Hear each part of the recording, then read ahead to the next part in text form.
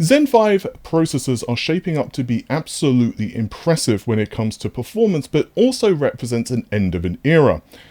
As many of you know, Zen 6 onwards is rumoured to do away with the diverging processor designs for mobile and desktop, essentially unifying them in a very similar vein to what Intel have been doing for a number of generations now, as well as changing numerous other elements of the chip and perhaps even the platform itself. But when it comes to Zen 5, there has been no shortage of rumours concerning the specifications and performance of the chips, and in this video then, I want to give you guys some updates to Zen 5 performance numbers which I recently leaked, namely Cinebench 2024, and give you some updates onto silicon revisions, performance, and well, since we're at it, we're also going to talk about Strix Point's Sarlak and some other stuff as well.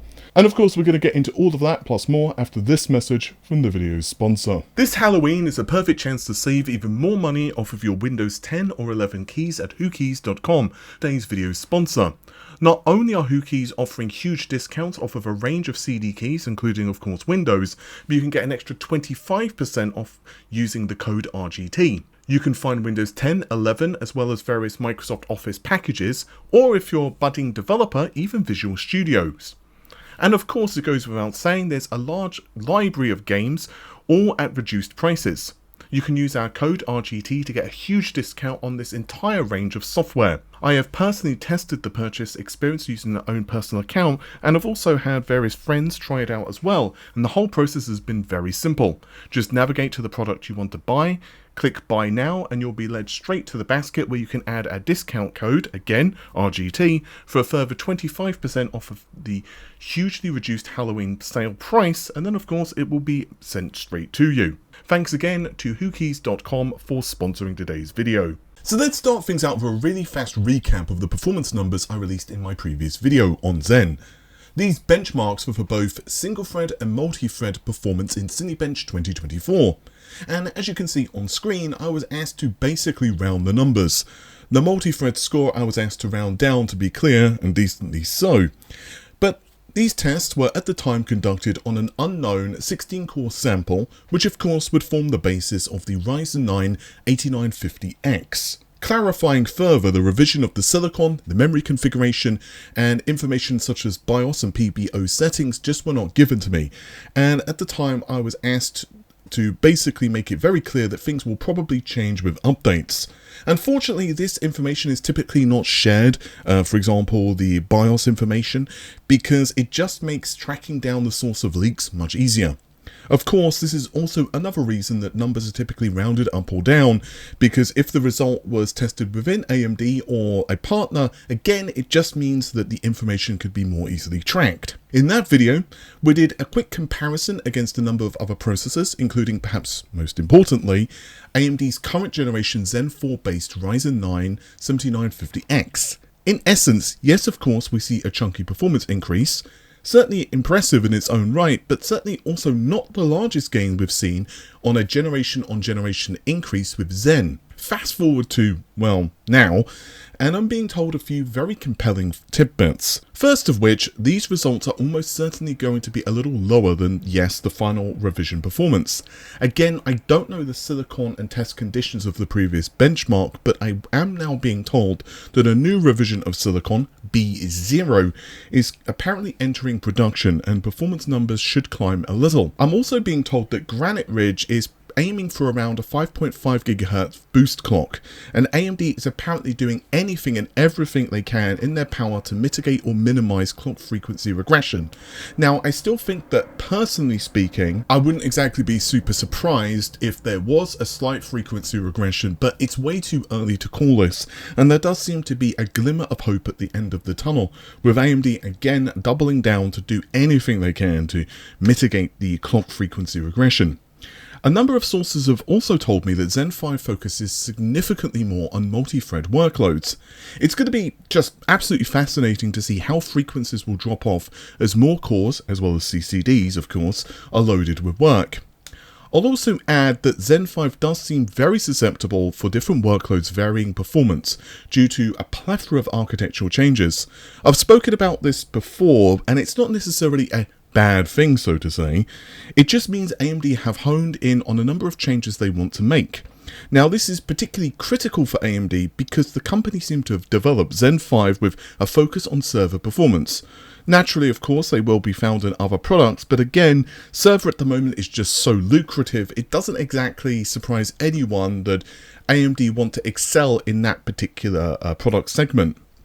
I've also had another source back up information I was given by another very reliable leaker. Basically, they told me that the nature of Zen 5's implementation on AM5 is, of course, sharing the same IOD as its predecessor.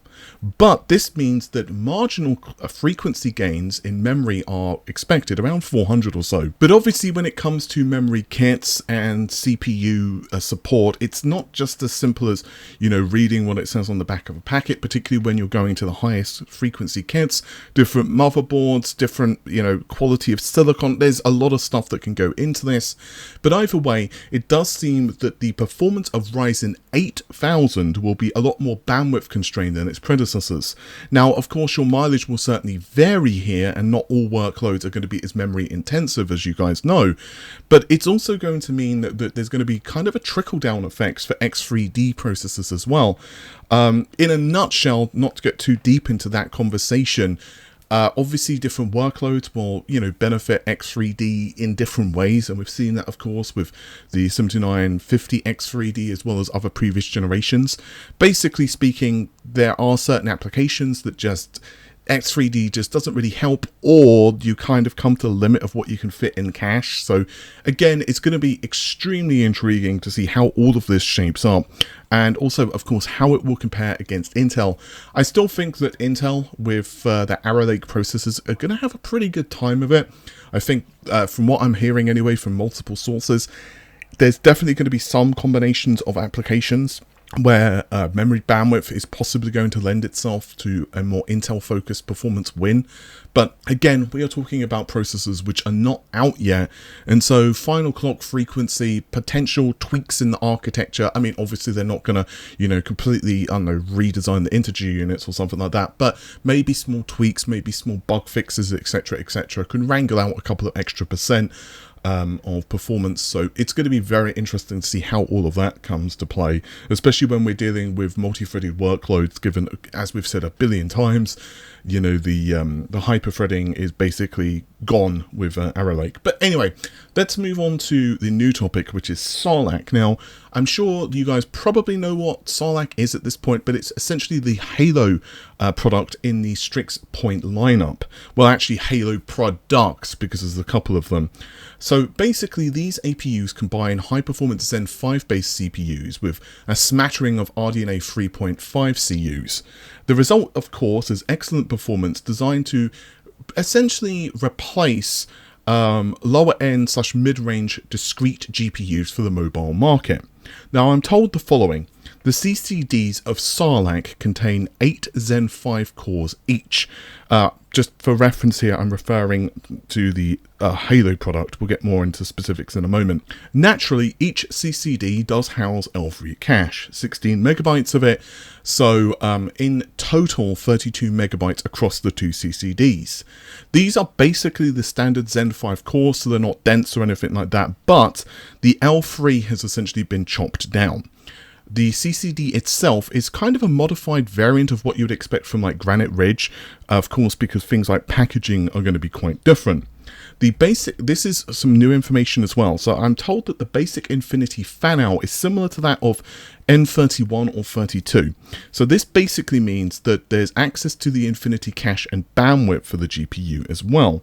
I'm told that you can kind of think of the design of its GPU as a little bit like N32 chopped in half.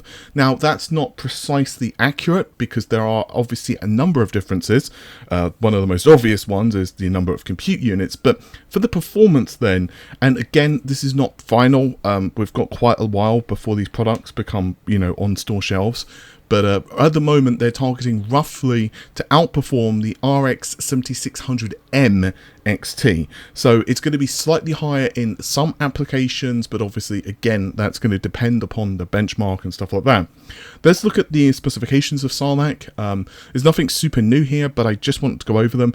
There is, of course, a 32 CU variant also in the works, which I think also shaves down the number of CPU cores as well to 12, but for the full configuration, it's 16 Zen 5 cores split across 2 CCDs, 8 cores each. So the total, of course, is 16 cores, 32 threads, 16 megabytes of L3 cache per CCD, so that's 32 megabytes, and it seems unified. It seems that this is shared across the GPU as Infinity Cache. So there's 40 compute units or 20 workgroup processors if you prefer. This is based on RDNA 3+, or you can also say 3.5 if you prefer.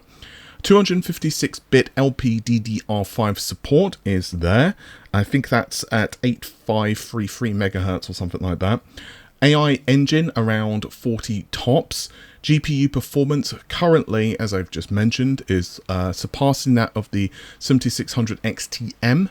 The TDP is configurable, of course, but the limit is allegedly 120 watts. But obviously, again, that is going to be very much dependent upon the laptop manufacturer and the form factor, etc., etc., etc.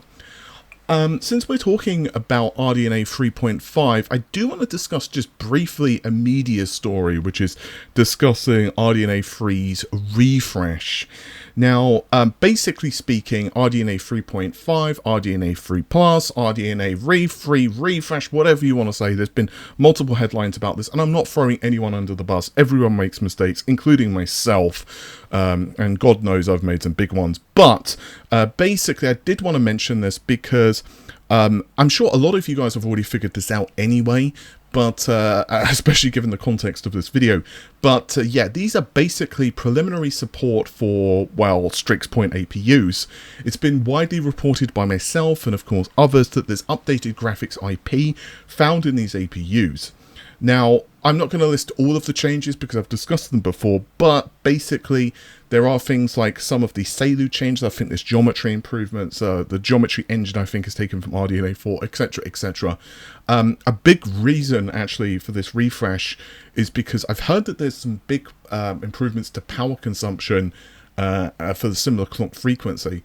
Now, unless there's been a really big decision made that I've not heard about over the last couple of months, there simply is not an RDNA 3 refresh plan for desktop. And it wouldn't really make sense anyway, not least of which because of bring up times for the GPU. It just, you know, all they want to do, which is a loaded term when it comes to, you know, designing chips or creating anything of, you know, that type of nature. But even if all they wanted to do is just say, well, we just want to put, you know, a GPU that has, you know, 60 workgroup processors together based on RDNA 3.5.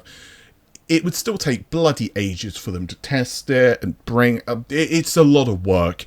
And at that point, RDNA 4 would be on the shelves and RDNA 5 would be close behind it. So unless they've basically been working on this thing for absolutely ages in secret, it wouldn't really make sense. And even if, you know, you bring up times and say that the team could just literally snap their fingers and it would just appear, it still really wouldn't be worth it because the marketing behind the chips and all of that stuff, the only possible potential reason for them to have done this would be like RTX 40 refresh, assuming that gets launched. And even if you say that it does, I don't think it wouldn't really change things that much, at least in my personal opinion. So again, the same plan remains that, you know, we've talked about a billion times at this point. For desktop anyway, RDNA 4 is around the second quarter of next year. And then obviously we will see high-end parts from AMD, which are going to come out 6 quarters later, thanks to RDNA 5. Obviously, that's not an exact set of months, and they could certainly slip or be brought forward due to the normal factors. But actually, one last little thing, since I did bring up RDNA 4/5, this is a small tidbit from a couple of sources. So basically, we all know the state of how ray tracing works on RDNA 2 and 3, of course. Obviously, RDNA 3 did bring some improvements there, but there have been some patents, and I think I covered them a couple of times now, from AMD, where they were basically leveraging new BVH traversal technology. Basically speaking, it seemed to be kind of like dedicated portion of the silicon, or at least a more dedicated portion of the silicon, that we saw in patents that AMD were going to be leveraging for BVH traversal. And it does seem that this is the case, but RDNA 5 seems to be even more advanced on this, but to what I'm hearing, RDNA 4 and possibly 5 seem to differ very much to NVIDIA in its approach. I want to talk more about this, particularly when it comes to like micro polygonal stuff and how it's going to pertain to consoles, in a separate video, because that's kind of like a larger topic though. With the 14th generation of Intel processors now, of course, officially launched, I think that we're now going to be in a pretty quiet time in the PC industry, at least until we get much closer to the launch of the next generation Ryzen CPUs, and of course various other releases such as Battlemage and RDNA 4. I will be extremely curious to see what the impact of Zen 5 is going to be in the market for AMD, as well as see what Intel's actual counter for this is going to be. At the end of the day, I think it's a really good time to be a PC gamer, with some absolutely phenomenal ports actually to the PC. Sure, there have been a number of games which haven't quite lived up to the technical expectations, but at this point I'm looking at games like Alan Wake 2, and of course there's also things like the Half-Life 2 RTX project, which looks absolutely amazing by the way, and pretty good timing since I've actually started to replay Black Mesa. With that said guys, hopefully you have enjoyed today's video. If you did, you know what to do. It's YouTube. I'll see you soon. Take care of yourselves. Bye for now.